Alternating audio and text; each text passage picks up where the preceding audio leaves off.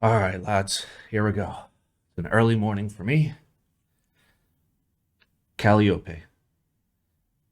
Oh yeah, it is. It is a keyboard. It's a long keyboard, boy. This is a XT FRL. The TKL is implied. It's made by Ute, who you may know as a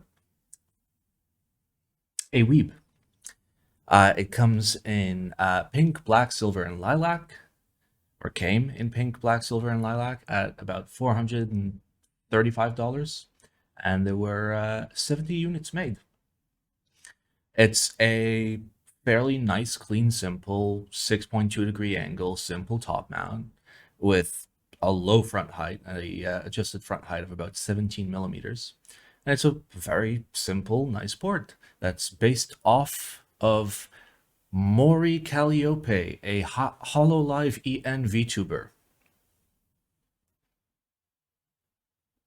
So yeah, let's look at a keyboard then.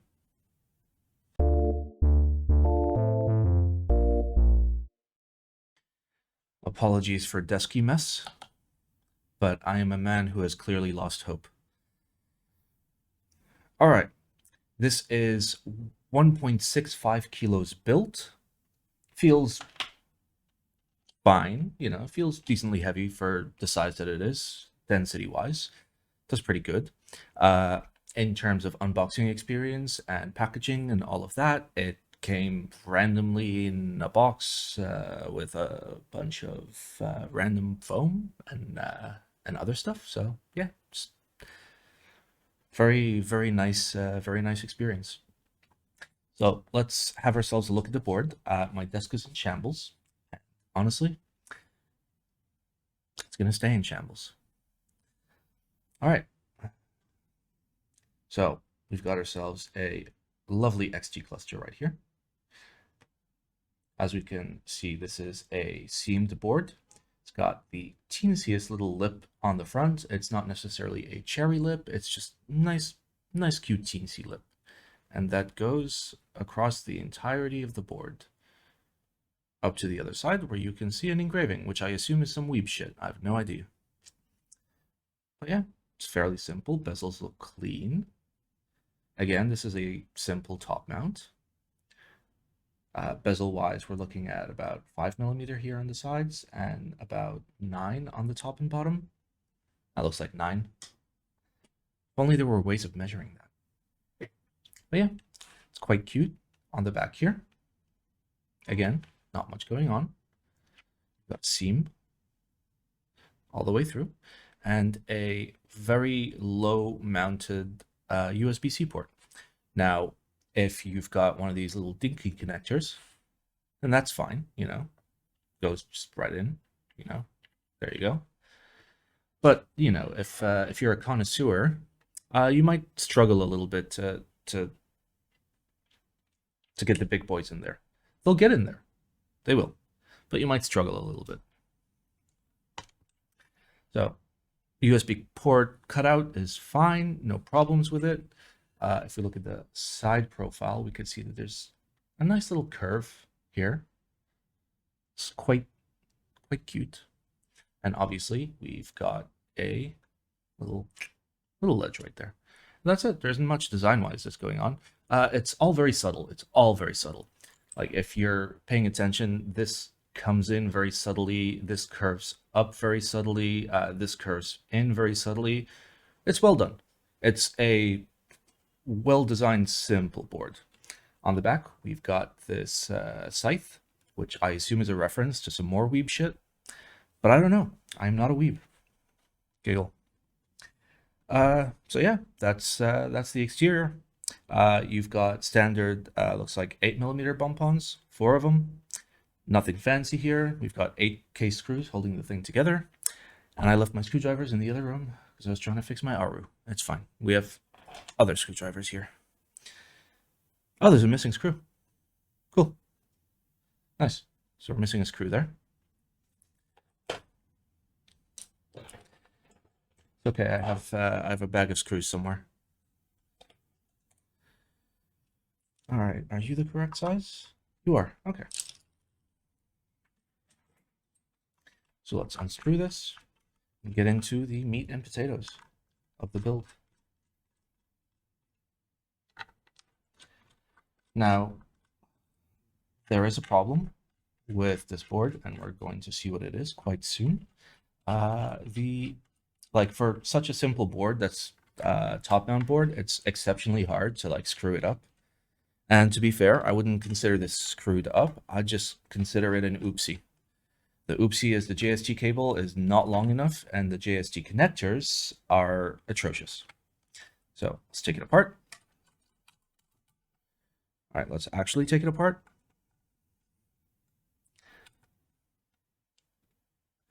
Oh yeah, these screws are more in there than you'd think they are.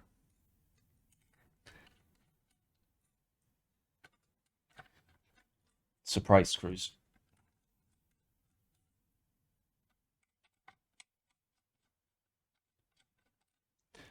Go. There we go. And last one. All right. So now when we try to take it apart, oh no, we can't. Why can't we take it apart? We look very closely from the front. Oh, there's a JST in there. Okay. And the JST allows me to get about that much maximum distance between the top and bottom. And if I try to move it forward, doesn't work. If I try to move it back, there's no slack. And if I try to move it left, there's no slack. Basically, there's no slack in any direction. Now, normally what you do is you get your finger in there and you pull out the JST. Unfortunately, it's unpull-outable. Kind of like me. So what you need to do is actually grab some tweezers and grab it by the wire and yank it by the wire.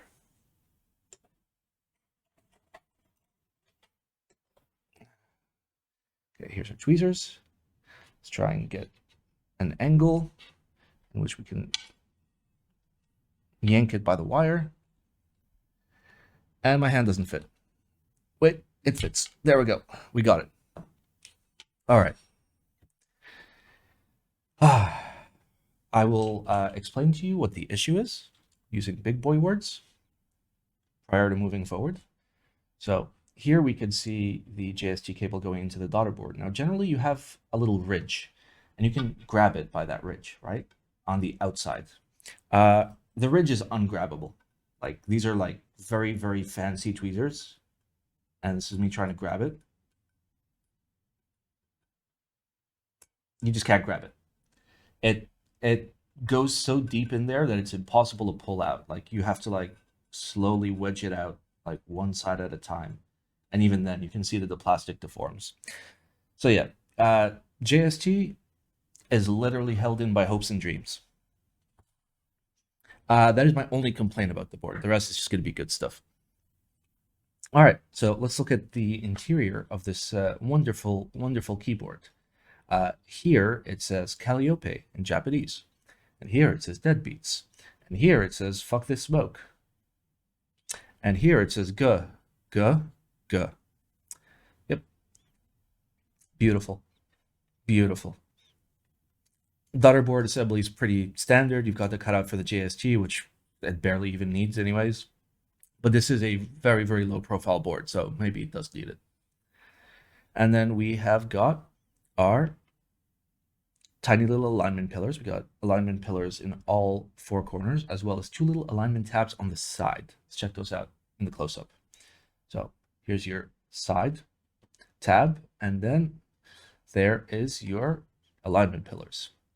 In addition to this, there are holes, and those holes exist so that the screws from the top mount of the plate that protrude from the assembly do not contact the case bottom, which is cool. So here it looks like it is a single through weight. It's brushed on the interior and polished on the exterior, and obviously engraved with the little scythe. So yeah, simple two-piece seam design. Let's get the PCB out of here. I mean, there isn't much going on the top, but we may as well have a look.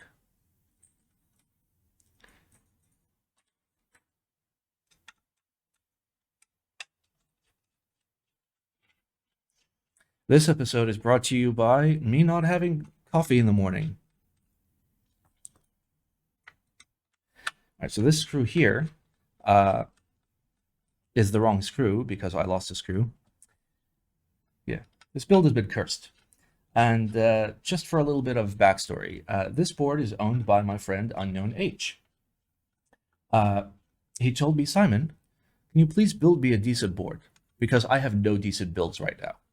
And I'm like, all right, you know what? I'll do you a solid.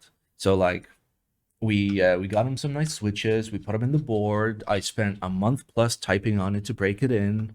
They were the new Nixies, by the way. Then I opened them up. I cherry picked them. I lubed them. I spring swapped them, and then reassembled them in the board. Now, Unknown H is a man who is very, very cursed, and like, you know, you guys might hear that and be like, haha, funny joke. You have a cursed friend. Except for the fact that, you know, pretty much any location he shows up in will have a fire break out in the next couple days. If you remember my K incident in which my K defied physics and gravity and then smacked onto my Alice, he built my Alice. So yeah, basically, if he touches something, may God have mercy on that thing. So this build is for him. As a result, screws have gone missing. The original PCB, so I was sent two PCBs. The original PCB was totally fine, and then out of nowhere, a couple columns would stop working. Not rows, columns. And if you have like column issues, then generally that means the MCU is not well soldered or something is going wrong. Anyway, this particular one is fine. The previous one was also fine. It stopped working, and then like I put it on the desk for 2 days, and then it worked again. Just Unknown H things. So this is a build for our friend Unknown H. Let's review the screws. One of these screws is not for this actual board, by the way. One of these screws is, yeah, that one is not from this board. This one is not from this board. The remainder are. And then in terms of like actual screw,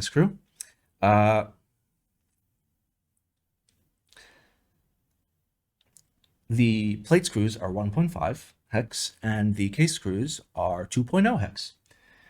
So the case screws have some knurling on the outside, which you love to see, and the plate screws do not, except for the one that I stole from another build. Screws are pretty good, honestly. Good plating, no sussiness, no grime. Looks pretty good. Looks pretty good. Now, this came with two separate plastic plates, and here I believe I have the PP. This is the black PP, I believe. Actually, this kind of feels like palm.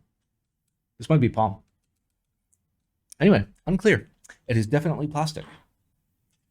All right, so this is our case top right here. Again, we see the landing areas for our alignment pillars. We've got our mounting tabs for the plate. And in terms of the plate mounts, the mounts are very well done. You can see that these two mounts sit well outside of the spacebar landing area. You can also tell that this is hilariously bent for some obscure reason. Don't worry about it. It's fine. It'll get unbent as you put it in the case. Yeah. All right, so plate is fairly standard, although there are acoustic cuts around basically most of the modifiers. There's also a cut between the XT and the alpha cluster, and another cut between the alpha cluster and the nav cluster. The spacebar doesn't have any big cuts. It just has cross cuts. So this is very, OTD 360C inspired plate. You know, it's very, very close.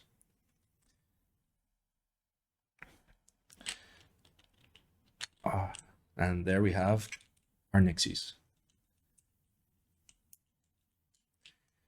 All right. So on the back end, looking at the PCB, there's actually some nice things to the PCB. Nice thing number one is 80 mega. I know, I'm very biased. We have our terrible JST. That could have been way better, but if you notice, every single switch is labeled. All of them, which is great. You know, if a man that's running a 770 MOQ group buy can afford to print on every single cap or every single switch, you should be able to as well. There is no excuse. All right, so that is the keyboards. Like, you guys might, like, it might seem that like I'm rushing through this, but again, this is such a non-offensive, simple board. Like, it is well done. Every single thing in this board is done correctly. The mounting is simple enough. As a result, it feels good. As another result, it sounds good. Outside of the JST cable being far too short and being way too annoying to get in and out without potentially destroying the cable each time, it's fine. The topside engravings are not super aggressive. So even though I typed on this for a month, I didn't feel like, I was having like anime titties flashed in my eyes. All the engraving memes are on the inside where they should be. The assembly's very, very, very simple. Realistically, you could have had less bezel on it if you wanted to. But again, the designer is the one that chooses how much bezel you're going to put. I mean, you know me. I'm an FRL enjoyer, and I'm also a Korean proportion enjoyer. I like my 8mm tops, my 4mm sides, and if you're going to go up to like 9, fine. I'm even like 9.5. But yeah, I have notes here. Okay. Non-offensive, not in a bad way. I would have considered one. Okay, I would have actually considered getting one of these if it was an XT. Like, if it was just like this, I'd consider it. It's a very clean, simple FRL, which I do like. Apparently, PCB came unflashed, and then PCB had weird issues with one column, JSG is way too short, and the connectors used are impossible to get at. Okay, so, but informative notes that have pretty much fully covered. So obviously packaging could have been better. It could have come in a hard case. It obviously didn't. Yeah. I mean, like, if you like this layout, I would actually consider picking one up on the secondary market. Obviously at a price point that's closer to the original, which was, what was it, 435? 450? 435. Like, unironically, good value proposition. Generally, like, when you're spending more on a board, you're getting more like frivolous materials and like complex machining, and more often than not, that complexity ends up leading to issues with sound and feel. Giggle. You know the board that I've been struggling with recently. But this does everything right. Sure, it's weeb shit. But what did you expect from Ute?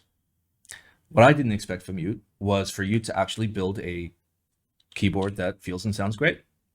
So the typing experience and like the typing sound is well, it's very classic. It is very classic sounding. I'll obviously give you guys a sound test, but if I was going to build this, I would go MX Blacks. We went with Nixies in this one, which actually turned out pretty good. I currently have DCS on it. Obviously, that's going to raise up the pitch a little bit, but it's very enjoyable when you've got a nice smooth switch and a relatively soft typing experience, like a full PP or a full palm plate. It's not bad. It's not bad. It's very, very comfy to use a thinner keycap. Potentially tactiles, like no meme, potentially tactiles, like nice low weight tactiles on this, like some whatever the modern equivalent of MX Brown, something like not super offensive, not super hardcore, would actually be very, very nice on something like this. But it sits low. It's very comfortable to use. It's a great board. I really like it. Like, again, this is a friend's unit, not my unit, and I was offered one during group buy or prior to group buy. At some point I was offered one, but what I wasn't so hot about was the XT. I was looking for a good, clean, simple FRL. And this is a good, clean, simple FRL. It just happens to also be XT.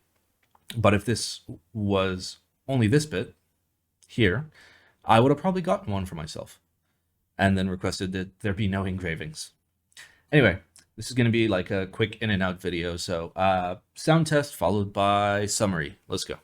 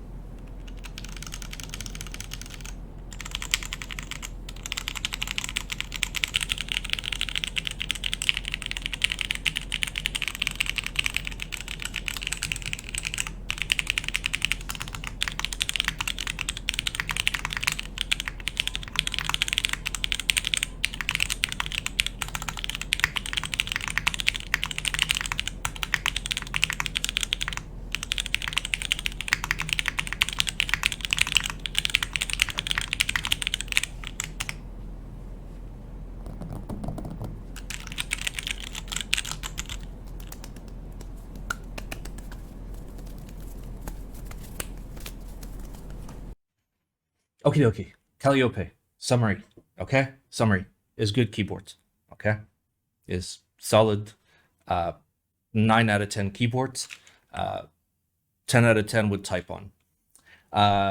It feels good. It sounds good. The only issue I have with the board at all is the JST issue. So I highly recommend you watch the entire video instead of just skipping forward to the summary, because this is going to be the most unhelpful summary you have ever seen. Watch.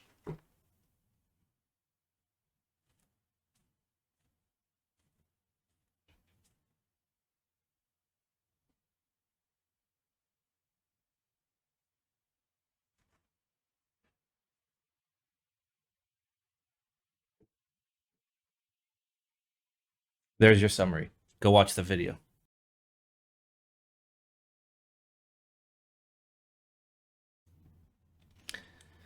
Yeah, one thing I forgot to mention is you remember how it's really hard to take the JST out? Yeah, good luck putting it in. Good luck putting it in, buddy. Like, look, it doesn't reach. Literally doesn't reach. You can't make it reach. You have to like do this like weird thing like this, where you like put it in there while the top is already on. Just use longer JSTs. Could everybody just like that body unit just complain so everybody gets sent like a free JST, please? Because oh my god, this is terrible.